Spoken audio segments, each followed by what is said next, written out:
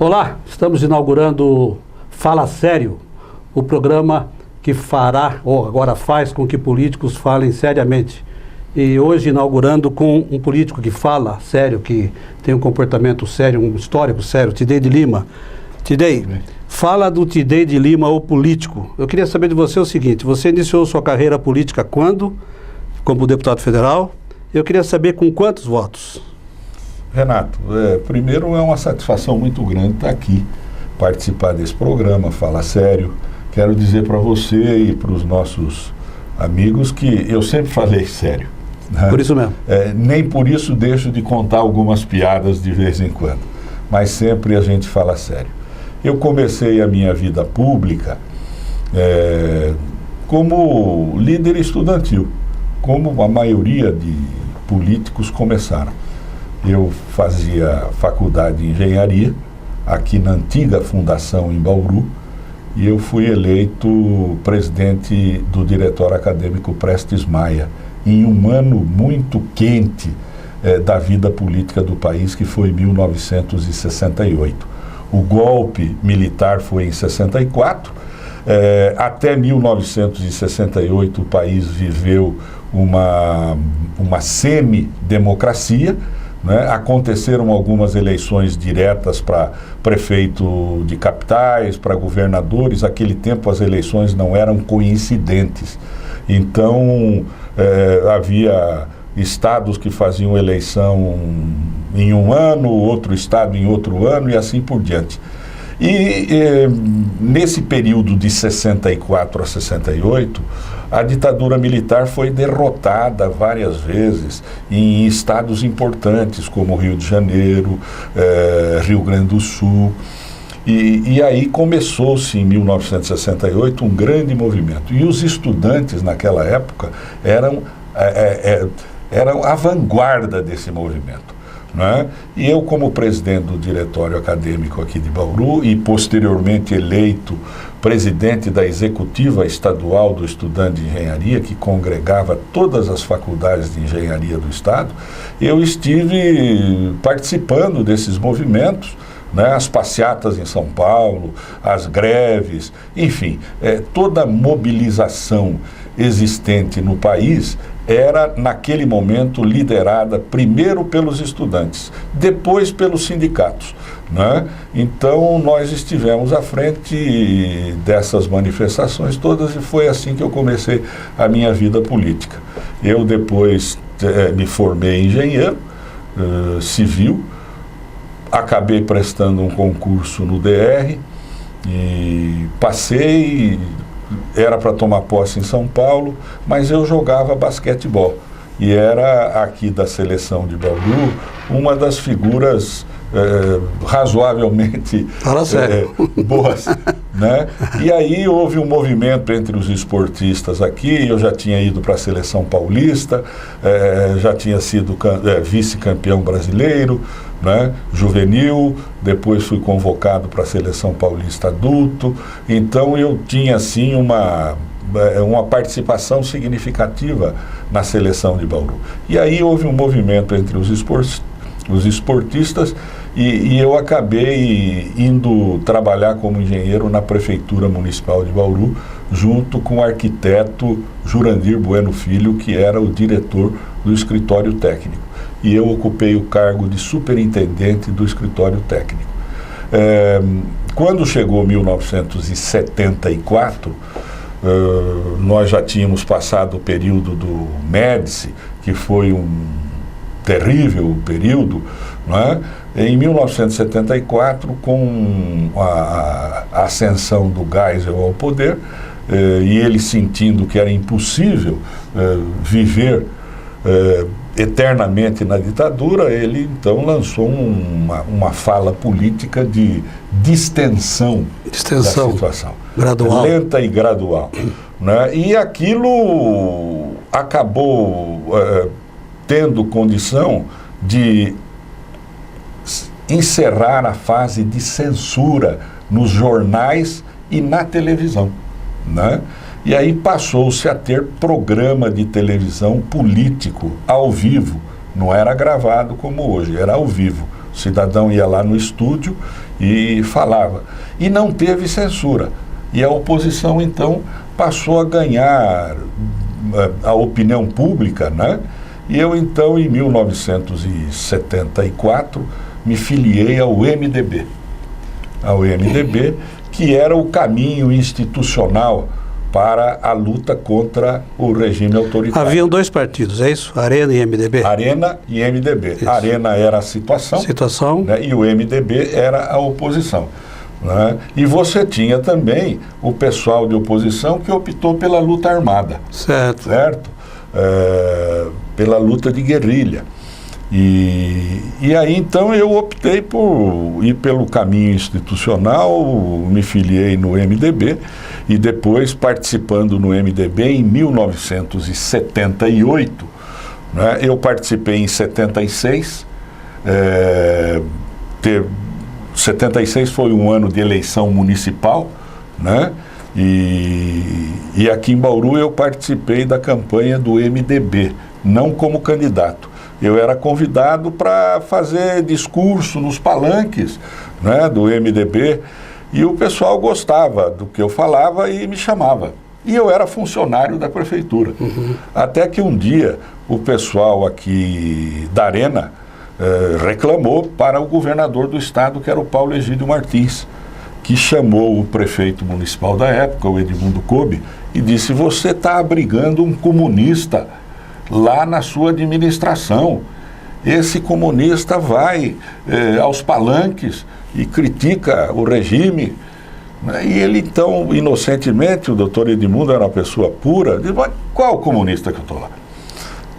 Um tal de Tidei, não sei se é nome ou sobrenome, falou Paulo Egídio. E aí o Edmundo falou: o Tidei é um craque do basquete nosso lá, mas ele está indo aos palanques, eu não estou sabendo, ele é funcionário da prefeitura, ele é engenheiro de trânsito, engenheiro de serviços viários, eu vou chegar. Chegando aqui, o doutor Edmundo me chamou. Tidei, olha, eu fui assim, contou toda a história, né, que eu acabei de relatar aqui. Eu falei: é verdade, doutor Edmundo, eu tenho ido aos comícios do MDB. Mas você tem ido aos comícios? Tenho falado. Você tem férias para tirar? Eu falei: eu tenho 2 anos aí atrasados. Falta 45 dias para a eleição. Então tira esses 2 meses de férias, só me aparece aqui depois da eleição. E aí eu voltei. E quando eu voltei, né, o resultado eleitoral já era desfavorável ao MDB. O MDB tinha perdido a eleição na legenda. O Sbeg, embora menos votado que o Purini, tinha sido eleito prefeito. E aí eu continuei trabalhando até o Sbeg assumir. Quando o Sbeg assumiu, eles me mandaram embora, né?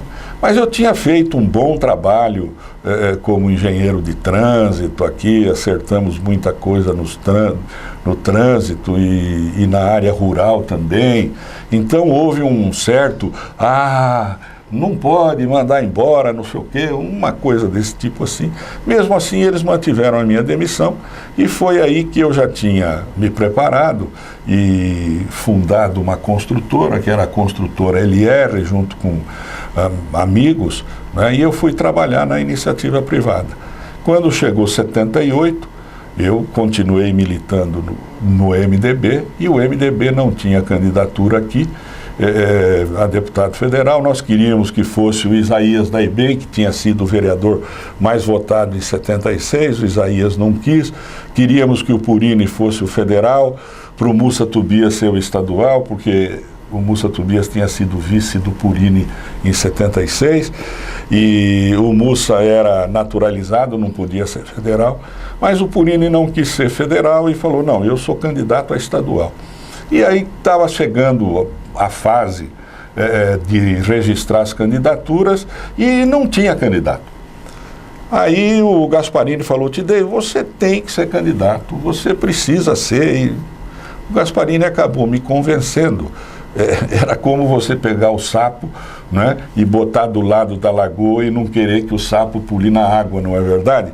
Eu então estava assim, foi aquele empurrãozinho, isso era 1978. Já estamos em 78. Né? Eleição quando foi? A eleição foi em 78, novembro de 78. Okay.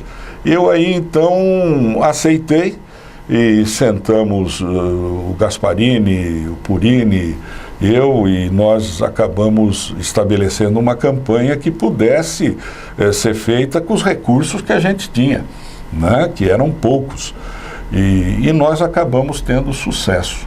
Então, a nossa campanha, quando foi se aproximando da data de votação, que era 15 de novembro, né, já se via que nós íamos ser bem votados, né? O Purini já era um político experiente, tinha sido vereador 2, 3 vezes, tinha sido candidato a prefeito, o mais votado da eleição de prefeito, né?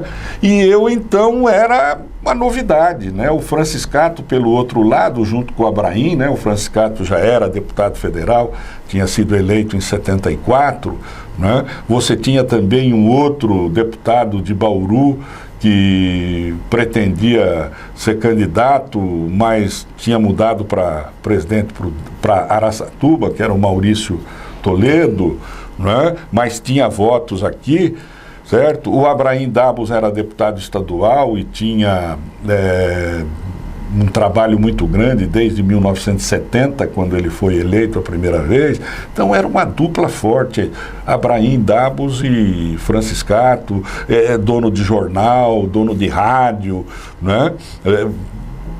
Poderoso empresário, né? Empresário rico, e com o apoio do governo federal, do governo do estado. E nós Quem era o governador nessa época? Era o Paulo Egídio? Nessa época era o Paulo Egídio Martins ainda, mas já tinha sido eleito o Maluf. O Paulo Maluf. O Maluf ainda não tinha tomado posse, mas já estava eleito, escolhido. Não por eleição, né? Escolhido, nomeado, né? No chamado coleginho eleitoral, que era o colégio eleitoral da Assembleia Legislativa, né?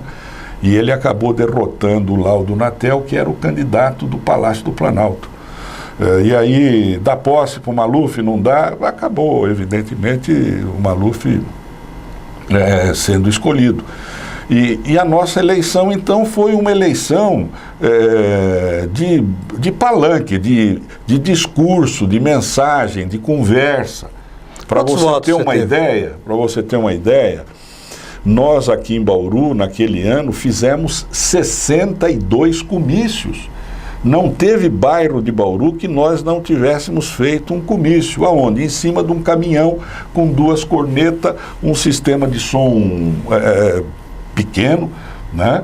E nós conseguimos aqui, então, eu consegui aqui 23 mil votos aqui em Bauru. O Franciscato teve 24 mil. O Purini 25, né? E o Abraim 22. Então eu tive mais votos que o Abraim, que já era um político experiente, embora deputado estadual, não concorresse comigo, né? Mas para você ver como nós conseguimos atingir a população. Bauru tinha naquela época, assim, alguma coisa de 70 mil eleitores, 80 mil eleitores. Então, deixa eu fazer uma conta. Devia ter, assim, 150 mil habitantes, coisa desse tipo. Então, os 4 eleitos fizeram aí coisa de 80% dos votos. Nós fizemos quase 80%. Só trazendo um parâmetro para hoje, né, que é a luta de se votar em candidato local. Só para... Então, aquele tempo, como era o bipartidarismo e como a propaganda de televisão, porque você teve o seguinte, o regime liberou a televisão para a propaganda política em 74, mas o resultado de 74 foi desastroso para a ditadura. Né? Foi quando a oposição elegeu senadores, né, em muitos estados. Então aí o regime fechou outra vez. Né? O regime acabou estabelecendo a tal Lei Falcão, que ficou conhecida depois como Lei Facão, que cortava, né? Que levou não a censura para os jornais, como estava no passado, mas a censura para os programas políticos, né? Então, fechou outra vez. E nós tínhamos o quê? O palanque para falar. Nós não tínhamos outra coisa a não ser o palanque. E foi assim que nós fizemos essa campanha. E também por ser uma campanha paroquial, você não tinha muitos candidatos de fora, né? Os candidatos tinham dificuldade de chegar aqui, porque era meio de comunicação, era uma campanha relativamente fechada, eram 2 partidos só, tinha mais ou menos um entendimento entre as candidaturas dos partidos, cada um fica na sua área, na sua região, né? Então a luta era assim. Hoje em dia é diferente, hoje em dia você tem aqui uma invasão de alienígenas, vamos falar assim, né, que sugam, e ainda a televisão, né, principalmente, né, o jornal, o rádio abre também, espaço, né? Mas a televisão abrindo espaço para artistas, né, figuras folclóricas, enfim, os tiririca da vida, vem, né, candidato, o costureiro lá que morreu Clodovil. no mandato, Clodovil, né? Acaba ficando conhecida, tem programa de televisão, aí quando chega a campanha eles arrastam uma votação em detrimento dos candidatos da terra. Agora, eu acho que aqui em Bauru, por exemplo, eu fui eleito em 78, com 35 mil votos, porque os outros votos eu abiscoitei na região, né? O Purini foi com 39, o Franciscato tinha toda a Alta Paulista aí, era um candidato, teve, eu acho que 60 e poucos mil votos. O Abraim teve também 40 e poucos. Bauru elegeu 4 deputados, 2 Isso em federais 78, e né? 2 estaduais, em 78. Essa dose ia ser repetida com mais um em 82. Né? Em 82, porque 82 teve uma coincidência de eleições. Os mandatos dos prefeitos era para terminar em 1980, né? Ia ter eleição. Aí teve uma emenda chamado Anísio de Souza, que era um deputado de Goiás. Ninguém queria apresentar essa emenda pela Arena, né? Que já era PDS naquela ocasião. E aí o Leitão de Abreu, que era ministro da Casa Civil, já do Figueiredo, aí já era o Figueiredo o presidente, chamou um deputado inexpressivo de Goiás, né? Aquele tempo ainda não tinha dividido Goiás, né? Então chamou o Anísio de Souza, que era delegado, cara inexpressivo, tinha sido eleito por circunstâncias. Falou, olha, você tem a chance de ficar famoso, você vai apresentar essa emenda de prorrogação de mandato dos prefeitos. De prefeito. Né? E aí foi prorrogado o mandato dos prefeitos. Para coincidir a eleição. Para coincidir a eleição em 82. Nada mais coerente. A né? tese do Leitão de Abreu era de que, como a Arena, o PDS, era muito forte nas pequenas cidades, né, coincidindo a eleição de prefeito com de deputado, essas cidades iriam acabar carreando voto para os deputados do PDS, da situação. Né? Isto não aconteceu. Aconteceu exatamente o contrário. Ao contrário da base influenciar a parte de cima da eleição, foi a parte de cima que influenciou a base. Você então, teve quantos votos? Né? Aí eu fiz 43 mil votos. Aqui em Bauru, fui o deputado mais votado da história de Bauru, proporcionalmente. A população era em torno de 140 mil? A população era mais ou menos uns 170 mil. Você tinha aqui mais ou menos uns 90 mil votos. Eu tive quase 45%. Quase 45%. Você entendeu? Foi seu segundo mandato. Foi o meu segundo mandato. Depois você teve mais um mandato? Depois eu tive mais 2 mandatos. E repetindo essa votação? Eu fui eleito em 86 e fui reeleito em 90. Aí eu já tive menos voto em Bauru e mais voto fora de Bauru. Você já se tornou... Né? Então, esse ano da eleição casada com a área, foi o ano que você teve as maiores votações de deputado no estado de São Paulo. Você entendeu? Okay. Porque casava o voto, você votava no vereador, no prefeito, tinha que votar no deputado federal, tinha que votar no estadual, tinha que votar no senador, né? E assim por diante. Então, eu acabei sendo eleito em 82, outra vez, né, nessa eleição memorável. Fui reeleito em 86, né, para a Assembleia Nacional Constituinte. Você vai falar isso? E aí fui reeleito em 90. Em 90. Interrompi o meu mandato de 90 em 92. Para concorrer. Para concorrer aqui à prefeitura, onde fui eleito prefeito. Mas se você permitir, Tidei, nós vamos falar isso no próximo bloco, no próximo programa, sei lá. Porque nós queremos aproveitar de você a experiência de prefeito, tomando por base a questão tributária, a questão orçamentária, como funciona essa coisa de fundo de participação, para a gente entender como que se dá, como se elabora o orçamento, como se avalia o orçamento de um município, ok? Tudo bem. Então vamos Olha, enquanto...